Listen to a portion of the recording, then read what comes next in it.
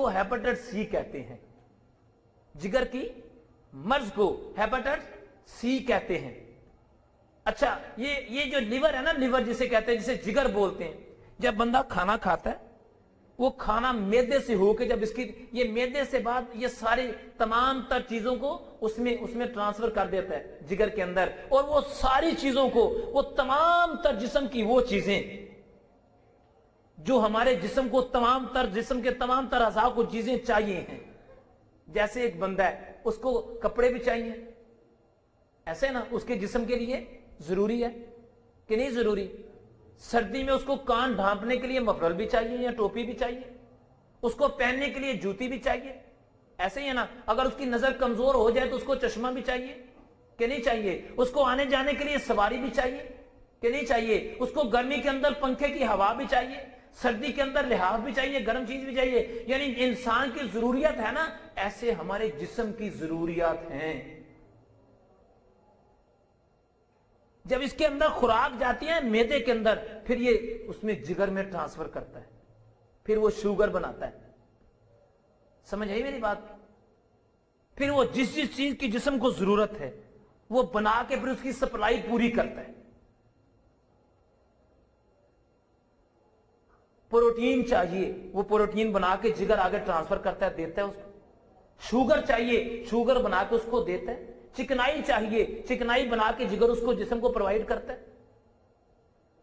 और जैसे जैसे ये सारी सप्लाई करता है और जिस चीज की जरूरत होती है पूरी चीजें वक्त के मुताबिक उसको देता रहता है। यानी एक फैक्ट्री लगी है अंदर पूरी की पूरी। और एक और बड़ी मजेदार बात है कि जो चीजें हमारे जिस्म को नहीं चाहिए, जो चीजें हमारे जिस्म को नहीं चाहिए, ये जिगर उनको जाया कर देता है, नुकसान नहीं होने देता। अल्लाह ने एक निजाम ऐसा बनाया है, अंदर पूरी फैक्ट्री लगी है ना। अब थोड़ी देर के लिए सोचो, इस फैक्ट्री को चलाने वाला कौन है? हाय, आखिर कोई जात है ना। तू तो भाई खुराक खाता है, तू तो दूध पीता है, तू तो लस्सी पीता है, तू तो सेब खाता है, तू तो गोश्त खाता है, तू तो मुख्तलिफ अशिया को खाता है ना। तेरे खाने के बाद क्या होता है? वो अशिया तेरे मैदे में चली जाती हैं, वो निजाम हजम से बाद वो अपना प्रोसेस पूरा करके आगे भेज देती हैं, और उसके बाद जिगर का सारा काम है वो सारे का सारा तेरे जिस्म के मुख्तलिफ अज़ा के अंदर भेजता चला जाता है।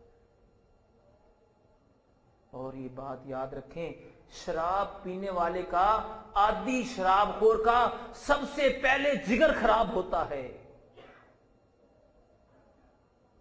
जब उसका जिगर खराब हो जाए, और एक और भी बात अपने पल्ले बांधनी, अगर दिल उसका कुछ हिस्सा डैमेज हो जाए, खुदा ना खास्ता जिगर का कोई हिस्सा डैमेज हो जाए, फेफड़ों का कोई हिस्सा डैमेज हो जाए, और दिमाग का कोई हिस्सा खुदा ना खास्ता डैमेज हो जाए, यानी जाया हो जाए, तो वो दोबारा ठीक नहीं हो सकता, यानी दोबारा नया नहीं बन सकता। जो होता है उसको वहीं रोक देते हैं और बस वो मर्ज वहीं रुक जाती है, ज्यादा नुकसान नहीं करती। ठीक नहीं होने से मुराद कि वो हिस्सा उसका गल सड़ के खत्म हो गया है, दोबारा पैदा नहीं होगा वो हिस्सा। एक दफा जो खत्म हो जाए वो दोबारा पैदा नहीं होगा। शराब पीने वाले का जिगर सबसे ज्यादा इफेक्टिव होता है, सबसे ज्यादा खराब उसका जिगर होता है, यानी अंदर एक फैक्ट्री लगी हुई है।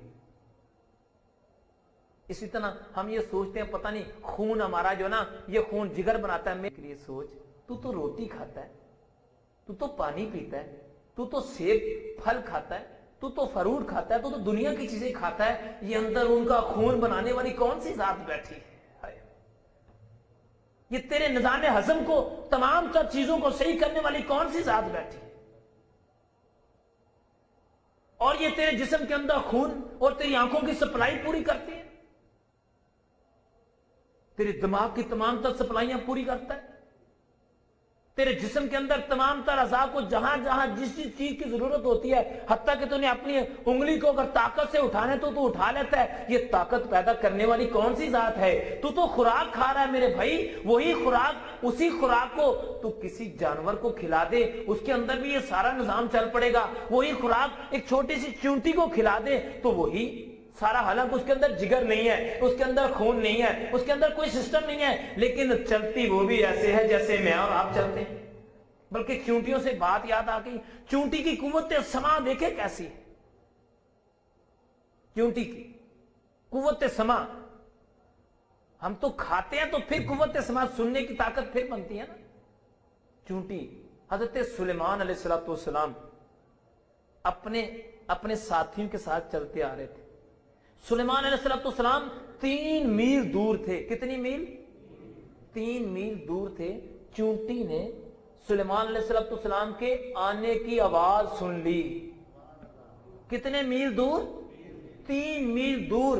چونٹی نے اپنے ساتھیوں سے، اپنی ساتھی چونٹیاں تھیں، ان سے کہا جلدی جلدی بلوں میں گھس جاؤ، سلیمان علیہ السلام کا قافلہ آ رہا ہے، وہ پیروں کے نیچے تمہیں روند کے چلا جائے گا، تمہیں پتہ نہیں چلے گا.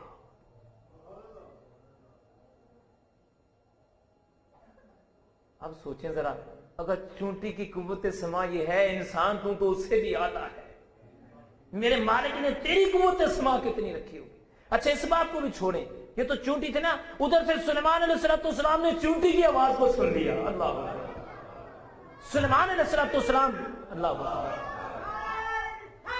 یا رسول اللہ. ادھر سے سلیمان علیہ السلام اپنے ساتھیوں سے کھڑے ہیں اور مسکرا رہے ہیں. پوچھا حضور آپ کیوں مسکرا رہے ہیں؟ فرمایا 3 میل کے فاصلے پر چونٹی نے یہ بات اپنے ساتھیوں سے کہہ دی ہے، تو میں سوچ رہا تھا واہ میرے مالک تو نے اس کو کتنی قوت سماع دی ہے. سوچنے والی بات یہ ہے، اگر چونٹی کی آواز میں جو سلیمان علیہ السلام سن رہے ہیں، یہ تو سلیمان کی شان ہے، شان مصطفیٰ کیا ہوگی. اسی لیے تو کھڑے ہو کے سلام پڑھتے ہیں کہ یہاں پڑھیں گے تو وہاں سنا جائے گا. تو بات سنانے کا مطلب یہ ہے، یہ اندر جو سننے اور سنانے والا نظام ہے، یہ کس نے بنایا ہے؟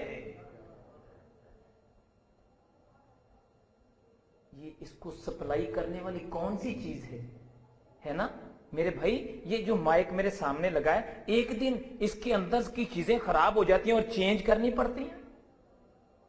یہ جو پنکھا لگا ہے، چاہے اس کی لائف ٹائم گارنٹی ہو، لیکن ایک دن یہ خراب ہو جاتا ہے اور اس کو چینج کرنا پڑتا ہے. میرے بھائی اسی طرح کوئی بھی دنیا کی بنائی ہوئی چیز لے لو، ایک اس کی ٹائم لیمٹ ہے، اس کے بعد وہ خراب ہو جاتی ہے. اے بندہ مسلمان، تیری جو قوت سماع ہے کیوں نہیں خراب ہوتی؟ تیری آنکھوں کی بینائی آہستہ آہستہ آہستہ آہستہ آہستہ آہستہ کیوں ویک ہوتی ہے؟ یکدم سے کیوں نہیں ہو جاتی؟ اس کو چلانے والی کوئی ذات آ کر بیٹھی ہے نا. میرے بھائی تو خوراک کھاتا ہے، تیرے اندر میرے مالک نے ایک فیکٹری لگائی ہے جسے کہا جاتا ہے لیور اور جگر. یہ ایک ہی چیز ہے دونوں نا. یہ تیرے جسم کے تمام تر اعضاء کو پوری سپلائی دیتا ہے. اے شراب پینے والے، اپنے ہاتھوں سے اس فیکٹری کا بیڑا غرق نہ کر. تو رب سے نہیں ڈرتا، اپنی زندگی کا خیال کر لے. اللہ کا خوف نہیں پیدا ہوتا، اپنی زندگی سے پیار کر لے. چھوڑ شراب پینا. یہ شراب تیرے جسم کے تمام تر اعضاء کو ڈیمیج کر دیتی ہے، ختم کر دیتی ہے. شراب پینے والے کا جگر آہستہ آہستہ آہستہ آہستہ آہستہ آہستہ آہستہ آہستہ خراب ہوتا چلا جاتا ہے. اگر تیرے دل میں خوف خدا نہیں پیدا ہوتا، اپنے بچوں کا احساس کر، ان کا ذمہ دار کون ہوگا؟ شراب پینے والے، نشہ کرنے والے، اپنی جوان بیٹی کا احساس کر، تیرے جانے کے بعد اس کے سر پہ کون ہاتھ رکھے گا؟ اپنے بوڑھے ماں باپ کا خیال کر. ابھی تو شراب کے نشے میں سارا کچھ بھول چکا ہے نا. سوچ تیرے بوڑھے ماں باپ کا کون خیال کرے گا؟ تیری جوان بہن بیٹی کا کون خیال کرے گا؟ تیرے چھوٹے چھوٹے بچوں کا کون خیال کرے گا؟ مسلمان، تیری شان تو یہ ہے کہ میرے مصطفیٰ کریم علیہ السلام نے فرما دیا کہ مت پیو شراب، نہیں تجھے پینی چاہیے. لیکن اگر تیرے دماغ میں وہ بات نہیں گھستی تو اپنی زندگی سے تو پیار کر. لیکن اگر تو زندگی سے پیار کر کے توبہ کرے گا تو بات مزیدار نہیں. مزیدار بات یہ ہے کہ اللہ کے خوف سے توبہ کر تو. کیونکہ شراب پینے والا، جو بھی شراب پینے والا ہے، چاہے مرد ہے چاہے عورت ہے، اس کی عقل نہیں کام کرتی. اس کے جسم کے سارے اعضاء ختم ہونا شروع ہو جاتے ہیں. اس کا لیور جو ہے، اس کا جگر جو ہے، وہ خراب ہونا شروع ہو جاتا ہے. نشہ کرنے والا جو بھی ہے، نشے کی وجہ سے اس کے جسمانی نظام خراب ہو جاتا ہے. اللہ کی بنائی ہوئی چیز کو